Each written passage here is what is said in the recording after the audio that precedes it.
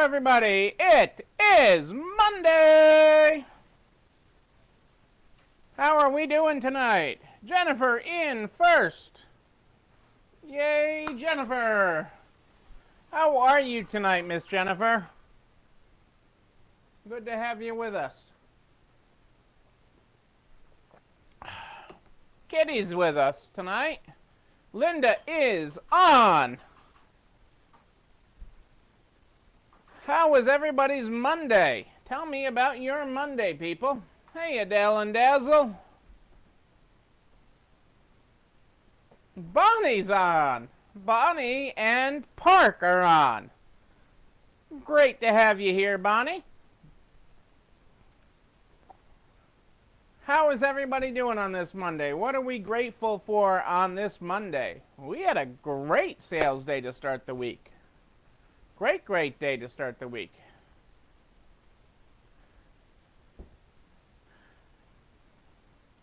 So, I mean, I'm okay with a crazy Monday. Stop watching the news. Yeah, we're in a tropical storm. So you're watching Mike the Weatherman or Matt the Weatherman, or don't watch him too much. Don't watch the political conventions too much. Don't watch the news too much. Hey, Dennis and Julie. Oh, thanks, Park. Oh, you're great. You're great. Kim, hello. I honestly have not heard the weather, Jennifer, so I hope, well, let me rephrase it. I heard enough that it's supposed to rain, and I didn't believe it. Because I'm like, oh, I got to get out there and water Nana's gardens, because Nana's been having issues, and I got to get out there and water the garden. And then when I took Max out around 5, all the clouds started rolling in, and I'm like, oh, maybe it really is going to rain like they said. I'm not going to water the garden.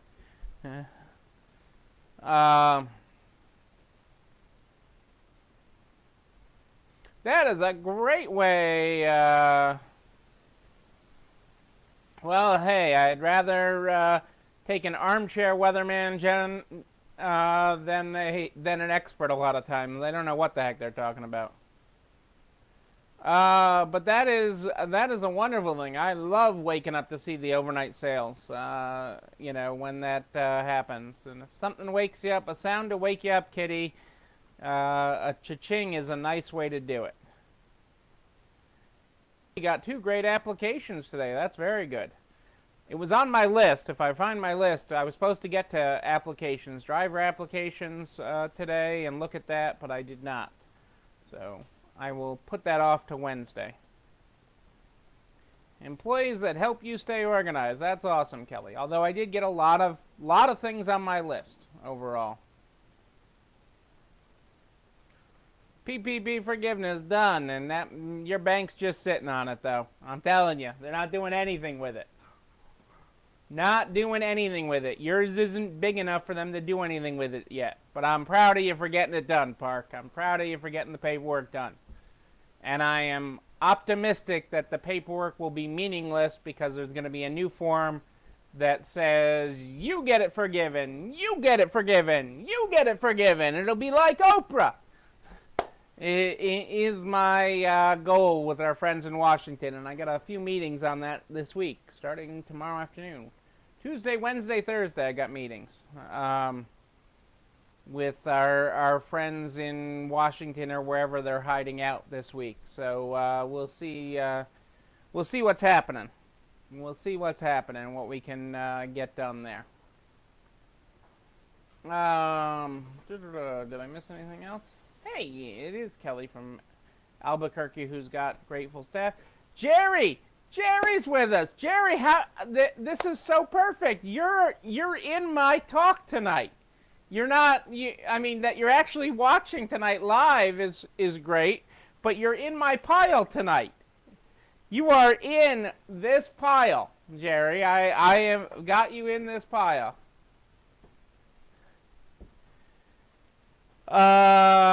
Yes, I am hopeful, Julie. Hey, Sylvia, we got a great crowd here tonight, so let's get this started, because I got lots going on tonight. Hey, Joanne, great to have you with us. Ooh, I have not seen this page. Wow, this is quite the page. Wait until you see this, Kitty. I know you follow along with me. The Good Morning, Good Night book is how we start this program. After we get grateful, oh, now I'm got Jerry scared that she's in the program tonight. I'll get you out of the program quick, Jerry. It's all good. It's all good. Tonight we are going to page 150. 150 is where I open to tonight in my randomness. Awaken ancient forms and play within them. Sift gold amidst the wreckage of your slumber. Renew your passions. Maybe Pinterest pin them. Tell that one toxic friend, yo, lose my number. The day is clear. A new year is a-borning. And so are you. Perpetually, good morning. That is our good morning today. Hey, Pat and the Peanut Gallery are here with us. What would I ever have that's bad with you? So, hey, you know, I'll get it started with Jerry. Since I now have Jerry there nervous, and if it was her friend Christine, I might let her stay nervous the whole show and do it last. But it's Jerry here, and my fellow cheerleader, Jerry, I could not leave hanging. I'm just impressed that, you know, I mean, I know you watch, and I know you don't catch me live, but Jerry posted this, and it's a great mindset, okay? So if you want your mind to be in the right place this week, this is where we're going. It's a good week to have a good week. And this was Jerry's post today, and it came up in my feed for Jerry's closet, and I've been in her closet. I have. I've been in Jerry's closet, so it's a good week to have a good week, people. Let's remember that. Let's carry that with us. I'll put it up by the flowers here, because it is. It's a good week to have a good week. Let's go with that. Okay, let's get going here. There's a lot of stuff in this pile today, and we're going to get through some of it.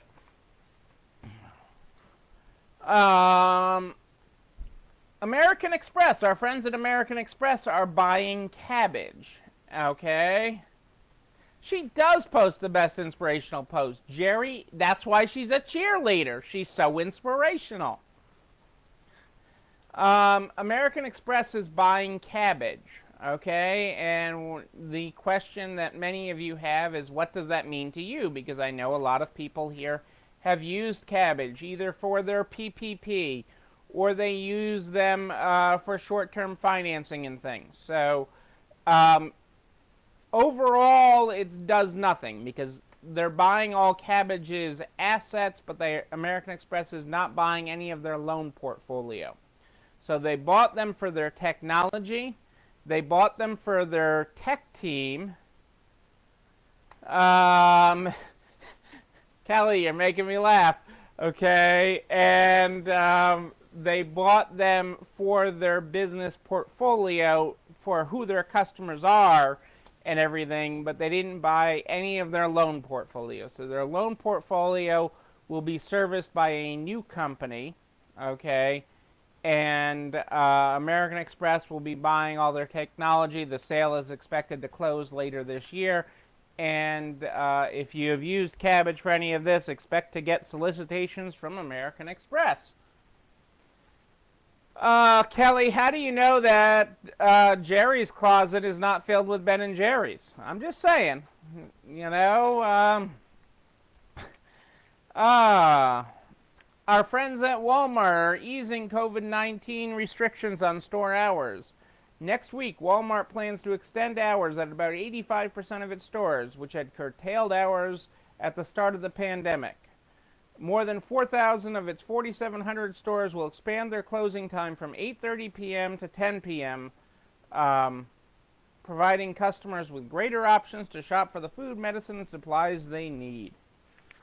Blah, blah, blah. They're staying open later. What that means, okay, is that they're seeing more return to normal business patterns, which is actually a good thing. Yeah, I remember getting candy in your store, Jerry. or your closet. I like it better. It sounds better that I've been in your closet. Um, um, so that is what you take away from that, is that the big guys are starting to see people shop at more of their normal hours. Home Depot expanded theirs last week, extended them, went from 8 o'clock at night. They had been as early as 6 at one point. They expanded to 8 and then went this past week to 9. Walmart's going back to 10. Um, so that is some important stuff to do. To know that people are staying. We're still staying on our COVID hours. We're working on reduced hours. But we're seeing a good flow with it, and we're not seeing any customer interruption. We'll see what happens here in the fall. You know, from what I'm seeing, not enough people are going to work to warrant it, and have after-work activities or school activities or things that'll bring them in later. So we haven't been staying open later. Hey, Marianne! Great to have you with us. Glad to hear you are back in Chicagoland, Algonquin, and the Chicago area, Marianne. It looked like you had an amazing time, even with the poop. I mean, if you did not see Marianne's video by the Washington Monument, you have to watch at least the first 5-10 minutes or so, the whole poop episode that out in front of the Washington Monument when she was in D.C. this past week. You know, Noah, her store manager, Zach, her store manager. She saw her other son, Noah. But Zach, her store manager, and son just turned another year older. He made another trip around the sun. I want to say 28, but not positive on that. Great to celebrate his birthday yesterday. We sang happy birthday on here on last night's video to him. So it is great to have that. So if you're unsure how to deal with crap, Marianne in a live video actually dealing with it, you gotta see it. Karen's been found! Great to have you with us. And I hope little Missy's good, Marianne.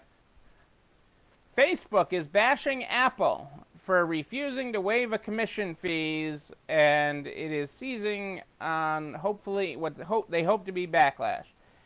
Facebook said that Apple had declined its request to waive a 30% commission fee on the iPhone maker charges apps listed on its iOS devices, taking a shot at its fellow big tech peer as developers challenge the policy. This is the latest in a long-running Cold War between two of the world's most powerful tech companies, which have clashed over their approaches to user privacy, as both face regulatory scrutiny over alleged anti-competitive behavior. Facebook requested the waiver so that small businesses would not have to pay Apple's cut for a new paid online events product the world's biggest social media company is launching on its core platform.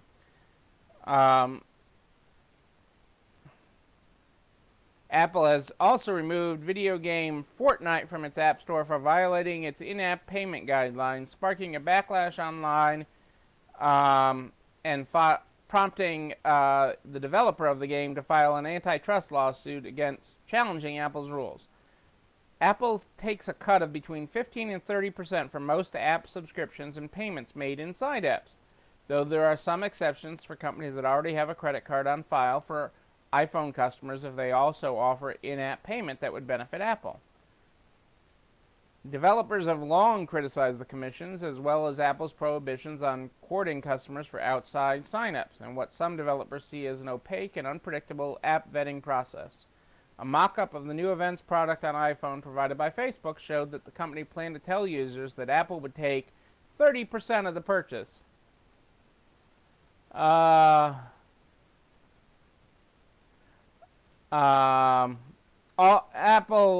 Google also takes a 30% commission for payments within apps on its Android devices, although it was not immediately clear whether it would assess a charge in this case. In its Android mock-up, Facebook noted that that it would not take a fee without disclosing its arrangement with Google. And Google did not comment. So the big tech giants are fighting, and we lose. That's the short version of that. Zach's on tonight too. Hey, birthday boy, how are you? How many days till the wedding? There's still going to be a wedding, right? Or at least the ceremony. Without a deal, Stage Stores heads for liquidation. Stage Stores has received approval for bankruptcy plan, which calls for the liquidation of all its stores and the wind down of the company. Again, just another sad thing to see another group of stores go under and completely cease from the landscape. I mean, I just hate that. I just really, really hate that. When the mall owns the retailer, bankruptcy court has emerged as a shopping mecca for Spark Group, the 50-50 partnership between Simon Property Group and Authentic Brands. Bankruptcy court has emerged as a shopping mecca of sorts for Spark Group, which after successfully bidding on a series of retailers in Chapter 11, is now the operating partner for Aeropostales, Forever 21, Lucky Brand, Book Brothers, and is a rumored suitor of JCPenney. The venture says it supports over $2.7 billion in global retail sales annually. It's half mall developer Simon Property Group and half brand conglomerate Authentic Brands, and entity designed to, as Simon CEO told analysts this month, to capitalize on various value-creating opportunities. He downplayed the venture as requiring minimal investment with several advantages, including acquiring inventory at or below cost and assets like intellectual property at attractive sales values. They expect anything they buy, so anything that this venture buys, and partly because they own the real estate and everything else, and they can redo the leases very attractively and dump all the debt in bankruptcy, that they expect any acquisition to actually be paying dividends within a year. And they work off of each other's strengths. So, but it is very interesting, and it'll see how that plays out with things. But it is really interesting how they are taking the opportunity of the distressed retailer to take over brands at fire sale prices. I mean, part of it the brands have done to themselves. Part of it is bad leases and other things, but it is a very interesting to see what happens. 46 days to the wedding. 50 people in Illinois. We had a hotel here in Massachusetts that tried to circumvent a wedding that they had 200 at by having 2 different rooms with 100 people each in it for the reception, because we were allowed 100. Now we're back down to 50, but we were allowed. That's what they tried to do, and they're in a lot of trouble for it. And they're the poster child of being a bad hotel now.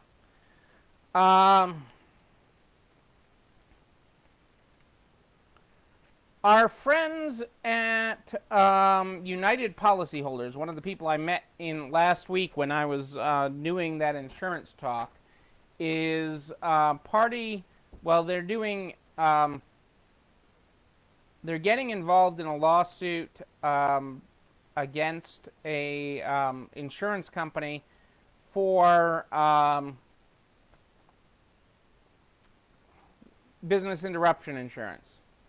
And the lack of coverage therein, and so they're getting in support. They're writing amicus briefs about that, in support of that, and I threw our name towards that too, because we're in support of being able to collect on business interruption insurance. So we'll see where that goes. I'm not expecting it to really go anywhere, but it's nice to have somebody else's legal money fighting it, and they just needed more. This is actually one of the first that's really going forward lawsuits that's really not just being dismissed, and this is in out of Oregon. So Bonnie's new hometown, home state, out of Portland, and I will keep you updated on this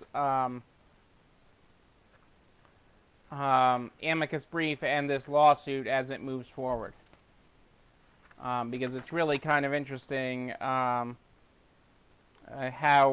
that is doing, and I have all 22 pages here of that and their lawyers and what they're doing. But we'll see what happens with that. But that's kind of interesting, what's going on there. And let's see, what else am I gonna? Oh, I gotta cover this tonight because you guys want to know what's going on with that.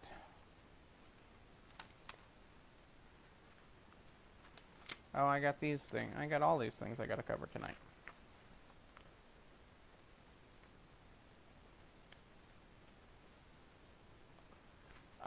More than a dozen retail trade groups have joined forces to launch the Buy America Safe Coalition. Buy Safe America Coalition, excuse me. BSAC. Their goal to force third-party marketplaces to introduce tougher anti-counterfeit measures. Think your Amazons and eBay thing. One of their first priorities is backing the Informed Consumers Act, a bipartisan legislation requiring third-party marketplaces to collect, verify, and share more seller information. We've talked about that. And when I say third-party marketplace, you definitely think Amazon. And Amazon is certainly a target because Amazon is bad about following up on counterfeits. But it's good to see a coalition forming for that. There's an interesting talk tomorrow that you'll find out about first here on, if you haven't already heard about it. Verizon's sponsoring a talk on how to help your business shine now with Facebook and Instagram stories. And they have a webinar tomorrow with Mari Smith, a premier Facebook marketing expert and author of The New Relationship Marketing. And she's been hired by Facebook to teach programs throughout the United States. And she shares her experience on how your small business can tell its story and shine on social media during this new era. It's scheduled for 2 o'clock tomorrow afternoon. It's free, so the price is right. More importantly, register for it so you get the recording. It's at a lousy time. You're in the middle of running your store, okay? But if you register for it, you'll get the recording. You'll get the link to register here in the NARTS private Facebook page in about a half an hour. It'll be there. So in the NARTS private Facebook page, you'll find that link in about a half an hour, and you can register for that program tomorrow at 2. It's free. It is a good educational thing. She's very highly regarded, and so I recommend that. And the recording, even if you register for it, you can get the recording to listen to at your leisure.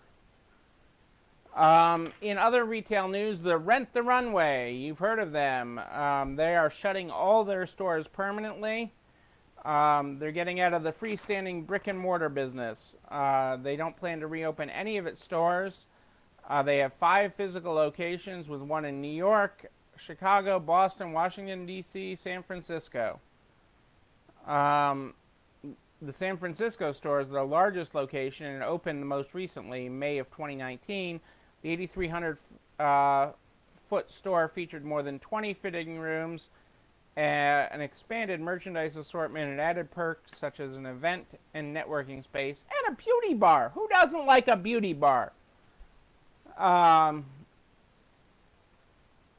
And it's focusing its investments on digital.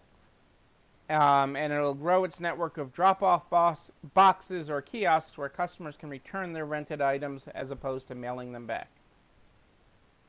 They've partnered in the past with WeWork, Nordstrom, and West Elm to place their boxes in their sites. and the New York City flagship will be turned into a drop-off site.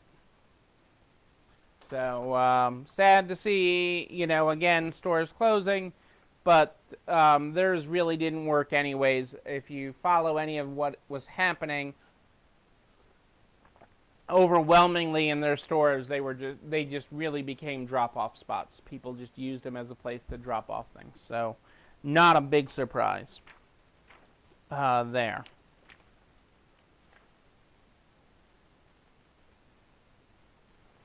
This was kind of interesting. E-commerce sales have obviously tossed retailers a pixelated life raft during the pandemic.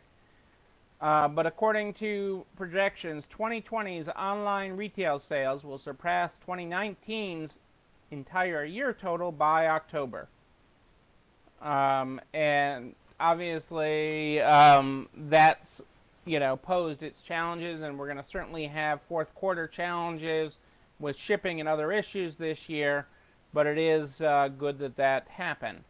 So, and it's forced a lot of you, and I hope you're maintaining your websites. A lot of you really pivoted and rushed to get a new website or get a website up and going at all. And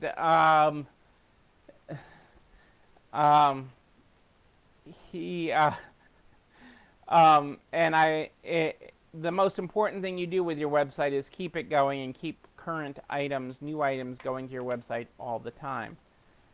Now, Marianne, you're confused. Zach loves a taco bar. Taco bar.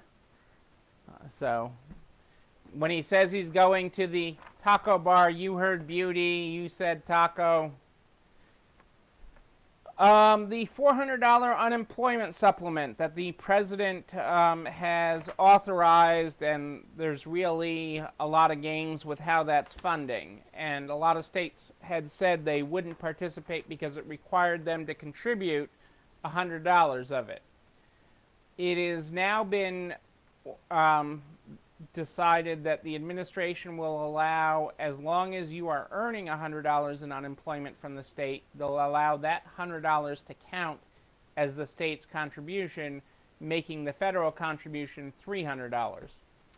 So it's still unclear the extent of the funding and how the feds will funnel it to the states. That they're working out some of these details, but they are hammering it to try to get money to people. So in the absence of Congress doing their job, they are trying to get $300 to the unemployed. So cutting the $600 down to $300, as long as you are earning $100. A lot of people in many states do not earn that $100, so they won't get it. So there's a lot of people at the lower end of the spectrum that will not get it, or part-time workers or other things. So a lot less people will be eligible for it to begin with, and it's still unclear how the states get reimbursed for that. And the states aren't going to start giving the money until they can figure out how they're really getting reimbursed for it, because the states are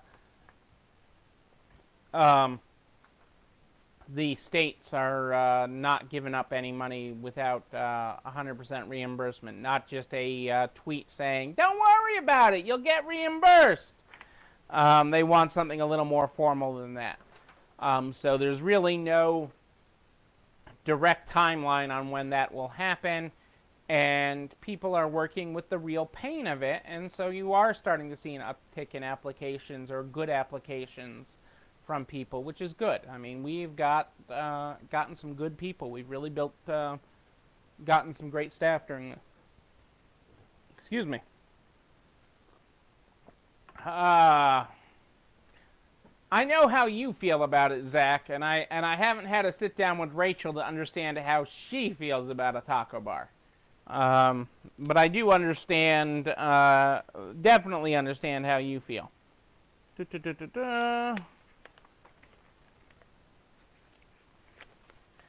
And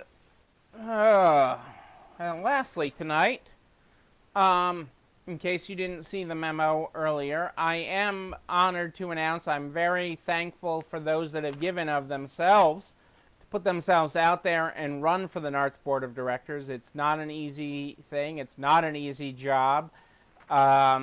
You know, it used to be you got an extra chocolate at Sweet Treats. We're long past that, but the dedication to the industry and the people that have decided to continue running or throw their hat in there for the first time, I'm eternally grateful for your dedication. Julie Jankowitz, Krita, Lee, Glenda Pollock, Dennis Sewell, and Chris Swanson. The election will be in September. So we are looking forward to that, and I appreciate everyone who looked at and is looking to serve on the NARTS board. That is truly, it's truly been an honor of mine to serve on it, and you know, just throwing your hat in the ring is huge. So I definitely appreciate that. These videos and everything we talk about here, everything we talk about, goes over to narts.org/resalestrong by noon the next day. Noon it goes over there. It's all there by noon. So, including these videos to keep you organized and so that you can share it with everybody you know, regardless of what business they're in. Even if they're running a taco bar, you can share this with them so we can help them get their taco bar across the finish line, right to the other side. Did I mention we had tacos for dinner tonight, or actually quesadillas? All right, that is just a side note there. If you have I am here at more 8 than ish Eastern every night. More 8 than ish Eastern every night. Eastern in the NARTS private Facebook group. The NARTS private Facebook group is where you find me every night. You get to ask your questions live, but if you have a question in between, your friend has a question, just email me, Neil, Neil, at ECIstores.com, Neil at ECIstores.com. That's how you reach me. Make sure you include your phone number. I think I got it down under 40 today. I'm pretty excited. But that's fine. I know new ones will be coming in. I will be back here tomorrow at more 8 than ish. Every night we start the program with the Good Morning, Good Night book. The Good Morning, Good Night book is how we start this program every night. And tonight we are on page 150. Awaken ancient forms and play within them. Sift gold amidst the wreckage of your slumber. Renew your passion. Maybe Pinterest pin them. Tell that one toxic friend, yo, lose my number. The day is clear, a new year is a-borning, and so are you, perpetually good morning. Our good night tonight is final words for all your daily joys and terrors. Good night, make work that gets us in our feelings. Send off to bed your doubt, your shame, your errors. Break curfew with your muses, shatter ceilings. The year is fresh, wiped clean, inertia's mildew. Grateful for all you do and all you will do. Look at that graphic there. Boom. Ladies and gentlemen, I am Neil Abrams, and I do like a good party, a good taco bar, a wedding, a bar mitzvah even. You know I'll be there for you. We will party again, I can promise you that. Until tomorrow at more 8 than ish. Remember, it's a good week to have a good week. It's a good week to have a good week. Ladies and gentlemen, until tomorrow, know that you and you, but most especially you, yes you, are not alone running this store. I'll see you tomorrow, everybody. You have a great night.